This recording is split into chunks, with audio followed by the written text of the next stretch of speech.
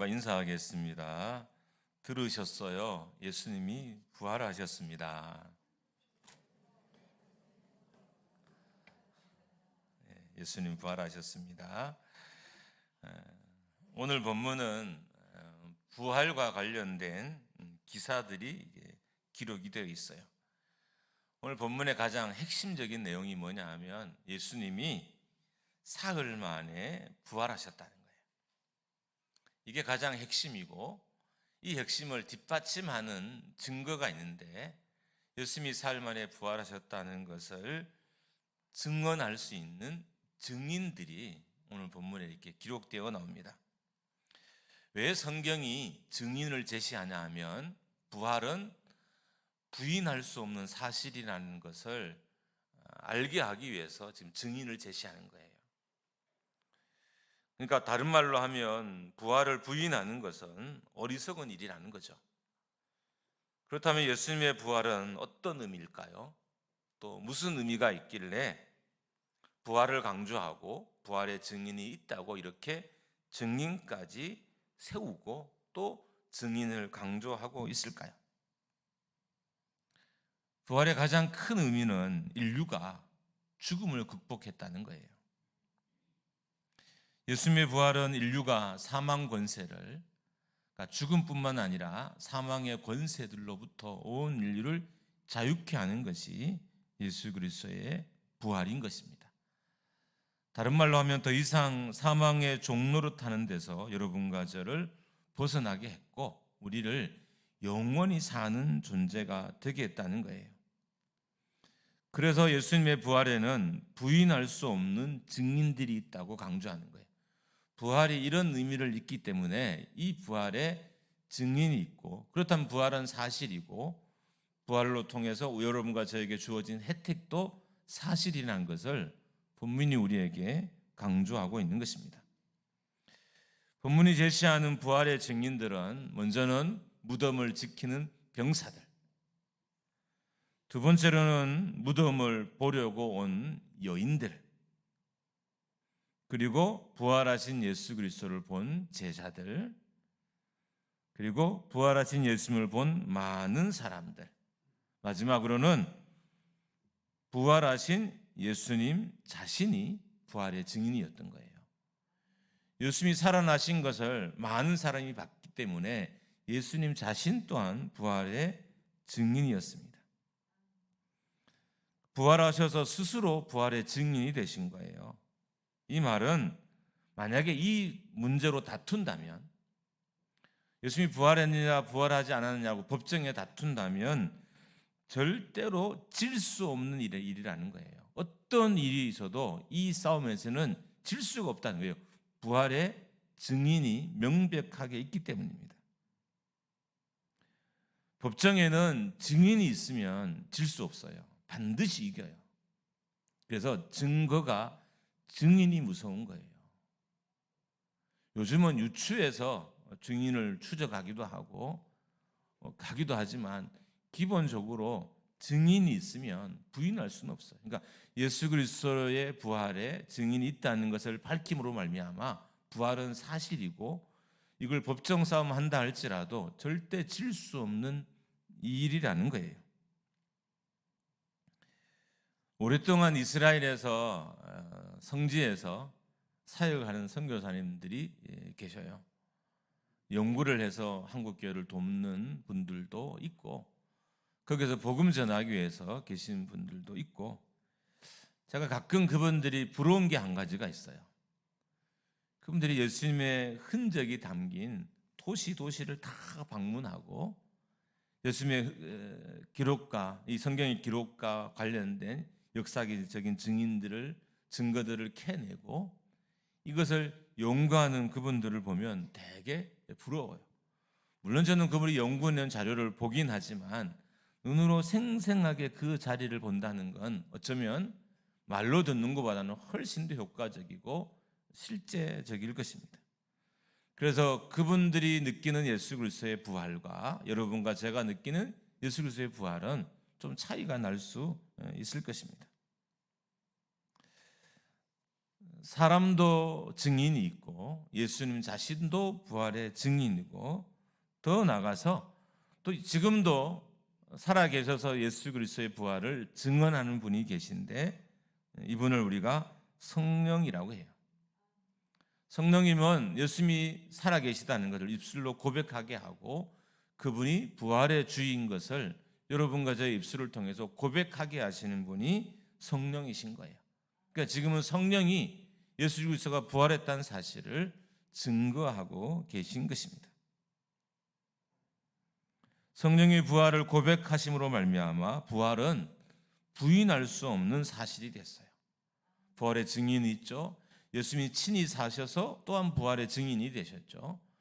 또 성령께서 친히 예수님이 부활했다는 사실을 여러분과 저의 입술을 통해서 증언하고 계시기 때문에 예수님의 부활은 사실인 겁니다. 성령이 부활을 고백하게 함으로 말미암아 이제는 여러분과 제가 부활의 증인이 된 거예요. 이전에는 성경의 역사에 기록된 사람들이 부활의 증인이었다면 지금은 성령께서 여러분과 저의 입술을 통해서 예수 그리스도의 부활을 증거하게 하셨기 때문에 여러분과 제가 이 땅의 교회가 곧 부활의 증인인 것입니다. 부활이 없다고 하는 사람들에게, 부활을 믿지 않는 사람들에게 우리가 부활을 고백함으로 말미암아 부활을 증거하고 증언하게 되는 거예요. 그래서 성령께서 오늘도 이렇게 다 모여서 한 자리에서 예수 그리스도의 부활을 증거하고 증언하도록 하신 것입니다. 예수님의 부활은 인류 역사상 혁명과 같은 사건입니다. 예수님의 생애 자체가 혁명적이었어요. 하나님의 아들이 육신으로 이 땅에 오신 것도 혁명이었고 그 아들이 우리의 죄를, 죄 없으신 분이 우리 죄를 지으시고 지고 부활하신 것도, 죽으시고 부활하신 것도 혁명적이고요. 또 예수님이 영원한 우리의 왕이 되셔서 하나님 보좌 우편에 앉으시기 위해서 부활하신 것도, 승천하신 것도 혁명적인 것이고, 또한 여러분과 저는 장차 오실 예수 그리스도를 기대하며 사는 이 인류의 믿음의 이 역사도, 이 믿음도 또한 혁명과 같은 사건인 것입니다. 예수님은 여러분과 저를 부르셔서 이 혁명적인 사건의 주인공이 되게 하셨어요. 여러분과 저를 이 구원의 사건에 변두리에 두신 것이 아니라 주인공이 되시게 하시려고 우리를 부르셨고, 이제는 우리의 입술을 통해서 예수님이 살아계시다는 것을, 그분이 부활하셨다는 것을, 그분이 지금도 살아계셔서 우리를 통치하고 계시다는 것을 증거하도록 하신 것입니다. 그렇기 때문에 구원으로의 초대, 우리가 예수 믿게 된 것은 단순한 초대가 아니고 간단한 초대가 아니라는 거예요. 예수를 믿으십시오, 하나님의 자녀가 되십시오 라는 이 말은 단순한 오늘 밤 나랑 같이 뷔페에 올래? 내 결혼식에 올래? 라는 이 어떤 세상의 초대보다 더 영광스러운 초대라는 거예요. 그러니까 여러분이 주변에 누구에게나 예수 믿으십시오, 저와 함께 신앙생활 하시겠습니까? 라고 이렇게 권면하고 고백하는 것은 세상의 그 어떤 초대와도 비교할 수 없는 초청이라는 거예요. 제가 좀 비싼 뷔페를 한번 먹어봤어요. 그렇다고 아주 비싼 건 아니지만 그 당시에, 지금은 그 뷔페가 비싼 건 아니지만 제가 전도사 시절에 그 뷔페는 되게 비싼 곳이었고 서울의 좋은 호텔에 있는 뷔페였어요. 근데 저희가 모셨던 담임 목사님이 교육자들을 데리고 가끔 이렇게 갔어요. 같이 가서 먹자라고 초대해 줬는데 그게 절대 빠지고 싶지 않더라고요. 왜냐하면 그러니까 사진으로 봐도 맛있게 보였어요. 야, 이 초대는 내가 거절할 수 없는 초대구나. 그런데 영생으로 초대하는 예수 믿으십시오라는 이 초대는 세상의 뷔페와 결혼식과 어떤 행사의 초대하고는 비교할 수 없는 초대라는 거예요. 왜냐하면 생명으로의 초대이기 때문이에요. 뷔페는 잠깐의 우리의 삶을 연장시키지만 영원한 삶을 살게 해줄 수 없잖아요. 예수 믿으십시오라는 이 초대는 생명으로 초대이기 때문에 세상의 그 어떤 초대와는 비교할 수 없어요. 그리고 영원으로의 초대예요. 단순간의 어떤 재미와 흥미로의 초대가 아니라 영원한 삶으로의 초대, 영원한 환희로의 초대이기 때문에 이 구원의 초대는 그 어떤 초청과 초대와는 비교할 수 없다는 겁니다. 여러분은 여러분이 얻은 이 구원을 지금 어떻게 생각하고 계십니까? 여러분이 예수 믿는다는 이 사실을 어떻게 생각하고 계십니까? 여러분이 교회에 나와서 하나님을 찬양한다는 이 사실을 어떻게 생각하십니까? 구원은 인생의 최악 상태에서 인생을 최상의 상태로 옮긴 사건이에요. 왜냐하면 구원은 우리를 하나님의 자녀 되게 하는 사건이고요, 부활의 증인 되게 하는 사건이고, 우리를 구원받은 자 되게 하는 사건이기 때문입니다. 구원으로 말미암아 여러분과 저의 안에는 성령이 내주하기 시작하셨고, 구원으로 말미암아 우리는 하나님의 사명을 받은 하나님 나라의 대사가 되었어요. 우리는 예수 그리스도의 제자이며 하나님의 몸인 거룩한 교회의 일꾼이 되었어요. 그러니까 구원은 세상의 그 어떤 초대와도 견딜 수 없는, 비교할 수 없는 초대인 거예요. 근데 우리가 이 사실을 깨닫는 데는 엄청난 시간이 걸린다는 거예요. 여러분, 우리가 가치를 깨닫는 건 시간이 걸리잖아요. 함께 사는 아내의 가치, 남편의 가치를 깨닫는 건 정말 많은 시간이 걸려요. 어리석은 사람들은 죽을 때가 돼서야 남편과 아내의 가치를 깨닫고 후회하는 사람이 있어요. 부모의 가치, 자녀의 가치도 마찬가지예요. 빨리 깨달으면 행복해지는데 늦게 깨달으면 최악이 되잖아요. 어떤 사람은 부모의 가치를 너무 늦게 깨달아요. 땅속에 묻히고 나서야 엄마 아버지의 가치를 깨닫고 엉엉 울어요. 여러분, 가치는 빨리 깨달아야 누리게 되는 거예요. 그처럼 구원의 가치도 빨리 깨닫는 자가 구원을 누리게 되는 거예요. 여러분, 하나님의 자녀의 삶을 누려보셨습니까? 하나님 나라의 대사의 삶을 여러분이 한번 누려보셨습니까? 여러분이 영원한 삶이 있다는 사실을 한번 즐기고 기뻐하고 행복해 보셨습니까? 이 모든 것은 가치를 깨닫는 사람에게만 주어지는 거예요. 그래서 교회가 세상과 다른 것은 세상이 줄 수 없는 가치를 주기 때문인 거예요. 근데 성도들이 이 가치를 깨달아야 교회의 가치도 깨닫게 돼요. 여러분은 언제 교회의 가치를 깨달으셨습니까? 교회가 얼마나 소중한지, 얼마나 영광스러운 공동체인지 한번 진심으로 깨달아 보셨습니까?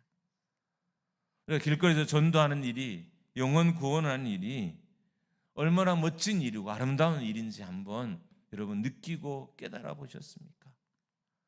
피곤하지만 교회에서 봉사하고 섬기고 수고하는 일들이 얼마나 멋진 일이라는 것을 여러분 깨달아 보셨습니까? 저는 좀 시간이 걸리더라고요. 한번 말씀드렸던 것처럼 제가 목장교회에 오니까 교회 주변이 되게 지저분해요. 그래서 교회 주변을 치우기 시작했어요. 그랬더니 일단 우리 교회 쪽으로 모아놓던 쓰레기들이 다 주변에 집 앞으로 다 가져가시더라고요. 교회가 깨끗하니까 버리지 않기 시작하고, 그리고 공원까지도 이제 구민시청과 계약을 맺고 제가 청소하기 시작했어요. 근데 조금 청소해도 기분이 나빠요. 일단 제가 청소하는데 그냥 가는 교인들이 있더라고요. 속으로, 아니 담임이 청소하면 그래도 빗자루질을 하는 척이라도 해야 될 텐데 왜 그냥 가지? 막 속에서 막 화가 날 때도 있었어요. 옛날 이야기예요. 지금 아니고. 예. 어떨 때는 이분들이 교회가 돈이 없는 줄 알고 밤새 먹은 이 술과 음식물들을 다 이렇게 기부하고 가셔요. 교회 마당에도 기부하시고 화장실도 기부하시고, 이렇게 헌금을 기부하시면 좋을 텐데 그런 걸 기부하고 가셔요. 여러분, 치우는 게 쉬운 일이 아니에요. 어떤 분들은 더 큰 걸 기부하셔요. 엉덩이를 보이시고, 우리 교회 CCTV가 다 있는데 그걸 모르시나 봐. 다 찍히거든요. 엉덩이고 뭐고 다 찍혀요. 근데 기부하고 가셔요. 근데 처음에는 기분이 너무 나쁜 거예요. 냄새도 나쁘고, 목사가 왜 이런 짓을 해야지라는 생각도 있고, 내가 이 시간에 앉아서 책을 읽고 이 시간에 뭘 했으면 하지라고 있었는데 어느 순간 그냥 자연스럽게 왔어요. 이 일이 저한테 되게 행복한 일이 되더라고요. 남의 일이라고 아멘 하지 안 하지 마시고, 남의 일일지라도 아멘 좀 해주세요. 할렐루야. 오늘 이게 행복한 일이 되더라고요. 지금은 여러분이 쌩하고 가셔도 기분 나쁘진 않아요. 고민은 해요. 그래도 권사님 정도 되면 재수는 취할 텐데. 고민은 하지만 옛날처럼 막 속에 천불이 나거나 이러진 않습니다. 그분들이 기부한 것도 요즘은 천불 나진 않아요. 그냥 치우면 되니까. 다른 것도 마찬가지야. 치우면 돼요. 어느 순간 하나님이 저에게 이 교회를 깨끗하게 하는 것에 대한 기쁨과 가치를 내게 주신 거예요. 그리고 나니까 이게 힘든 일이거나 불평스러운 일은 아니에요. 아내는 항상 그래요. 여보, 제발 좀. 왜냐하면 청소하고 뭐 정리하고 나면 머리에는 뭐 붙어 있고 바지는 또 얼룩져 있고 이게 막 집으로 올라가거든요. 근데 이제 아내는 이제 뭐 포기한 듯하고 이제 제가 절대 내로는 안 하진 않으니까 어느 날 이게 기쁜 일이 되더라고요. 가치를 깨달으면 모든 건 다 소중하고 기쁜 일이 되는 거예요. 구원도 마찬가지입니다. 구원의 가치를 깨달으면 전도하는 일에 우리가 목숨을 걸게 되고, 교회의 가치를 깨달으면 교회를 살리는 일에 우리가 목숨을 걸게 돼요. 우리 저 교회를 한번 이렇게 둘러보십시오. 이제 정말 일부만 좀 채워지면 우리 교회가 거의 꽉 차게 될 것 같아요. 지금보다 조금의 더 인원만 오고 예배를 함께 들을 수 있게 되면 이 빈자리 조금만 채워지면 꽉 차요. 여러분, 영원히 많은 성도가 함께 예배하는 것도, 우리가 전도한 성도들과 예배하는 것도 영광스러운 일인 거잖아요. 여러분과 제가 이 가치를 좀 깨닫는 시간이 우리에게 있었으면 좋겠습니다. 이 거룩한 직분과 소명, 신분을 여러분은 어떻게 여기고 있습니까? 전도는 단순히 교회를 소개하는 것이 아닙니다. 전도는 새 생명을 선물하는 거예요. 전도는 새로운 삶을 선물하는 것입니다. 더 나아가서 새로운 세계관을 선물하는 거예요. 예수님께서 사흘 만에 살아나신 것은 죽음을 이긴 생명을 인류에게 선물하기 위한 거예요. 우리가 사람들에게 교회를 소개하는 것은 단순히 교회를 소개하는 게 아니라 새 생명을 선물하는 것입니다. 근데 이 생명이 어떤 생명이에요? 사망을 이긴 생명이고, 죽음의 권세를 이긴 생명이고, 영원한 생명이고, 부활의 소망을 가진 생명이에요. 이 생명을 선물하는 것이 전도인 겁니다. 저는 이 땅의 교회들이 부활의 가치를 아는 날이 꼭 올 거라고 믿습니다. 저는 이 땅의 교회들이 새 생명의 가치를 아는 날이 올 거라고 기대합니다. 예수님은 자신의 부활을 본 사람들에게 천사를 통해서 명령하셨어요. 부활을 보지 못하는 사람들에게 부활을 전하라라고 명령하셨습니다. 가장 먼저는 아직 예수 그리스도의 부활을 보지 못한 제자들에게 부활을 알리는 것이고, 다음은 모든 민족에게 예수님의 부활을 알리는 사명을 제자들과 우리에게 주셨습니다. 그러니까 교회는 부활을 전해야 되는 사명을 가진 공동체인 거예요. 요즘 이단들이 정말 지혜로워졌어요. 제가 아는 목사님이 복지 쪽의 사역을 일을 하고 계신데, 그 이단이 접근을 한대요. 그리고 할아버지 할머니들을 이렇게 소개한대요.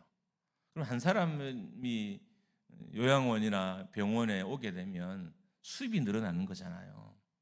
그 대신 한번 교회에 와서, 그 사람들도 그걸 교회라고 하니까 교회에 와서 한번 강의를 들으라는 거예요. 이 사람이 자기 수입이 있으니까, 받은 게 있으니까 강의를 들어요. 그럼 사람은 당연히 기대감이 생기죠. 또 누군가를 소개해 주지 않나? 그때쯤 또 다른 사람을 소개한대요. 그럼 이번에는 반대로 교회에 오면, 와서 강의를 들으면 내가 이 할아버지 할머니를 소개해 주겠다. 이렇게 해서 결국 3명, 4명, 5명을 소개하고 난 후에는 그 사람을 자기의 성도로 삼아버리는 거예요. 여러분, 돈이 2천만 원이 걸렸는데 이단에 가지 않을까요? 예수 안 믿는 사람인데 당연히 가죠. 이 사람들은 교묘하게 해서라도 어떻든 죽을 자기의 교주를 전도하잖아요. 우리는 살아계신 하나님을, 인간을 창조하신 하나님을, 죽은 권세를 이기신 그리스도를 우리가 전하지 않는다는 건 뭔가 심각한 어폐가 있는 거죠. 오류가 있는 거예요. 내 믿음의 오류. 교회는 세상을 이기는 능력을 가진 공동체이고, 세상의 그 어떤 공동체보다 더 큰 영광을 가진 교회 공동체예요. 그러니까 이 가치를 회복해야만, 이 가치를 알아야만 이 가치를 전하는 일에도 우리가 동참할 수 있게 되는 것입니다. 지금은 고인이 된 병규정 목사님이 자주 사용했던 예화입니다. 김미자 집사라는 성도가 있었는데, 이 남편이 말기암 환자였어요. 암세포가 임파선까지 전이가 되어서 이제 의학적으로는 치료가 끝나고 이제 임종만 기다리고 있었습니다. 여러분, 아내 입장에서 남편의 죽음이 두렵지 않을까요? 그리고 진통이 찾아오면 더 두려웠어요. 그렇지만 사람이 할 일은 없잖아요. 그러던 중에 이제 오늘처럼 부활절이 온 거예요. 부활절에 성찬식에 이렇게 참여하다가 남편이 생각났어요.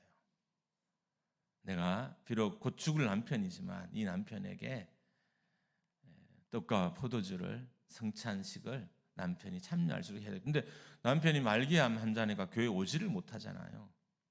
그러니까 이 집사님이 챙긴 거죠. 떡도 몰래 챙기고 잔도 몰래 이렇게 챙겨서 집에 가져갔습니다. 집에 갔더니 남편이 너무 고통스러워하고 이렇게 쓰러져 있어요. 고통을 못 이겨가지고 이제 쓰러진 채 있었습니다.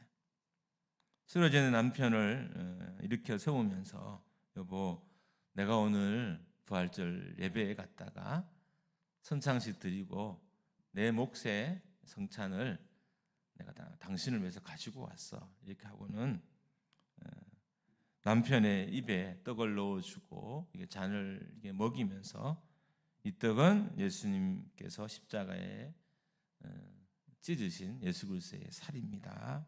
이 피는 우리를 위해 고통당해서 하나도 남김없이 흘리신 예수 그리스도의 피입니다라고 하면서 남편에게 떡과 잔을 이렇게 먹였습니다. 여러분, 그런 아내의 정성에 울지 않은 남편이 어디 있겠어요? 남편도 영웅 울게 되고, 근데 그 순간에 기적이 일어났습니다. 몸이 뜨거워지게 하면서, 기도학교도 말씀드렸죠. 몸이 뜨거워지는 건 이게 치료의 역사와도 관계가 있어요. 몸이 뜨거워지면서 그렇게 고통스럽던 고통이 느껴지지 않게 됐던 것입니다. 우리가 드리는 성찬은 상징적인 거예요. 떡은 예수님의 살입니다. 포도주는 예수님의 피입니다. 우리가 상징으로 드려요. 죽음과 부활을 기념하면서.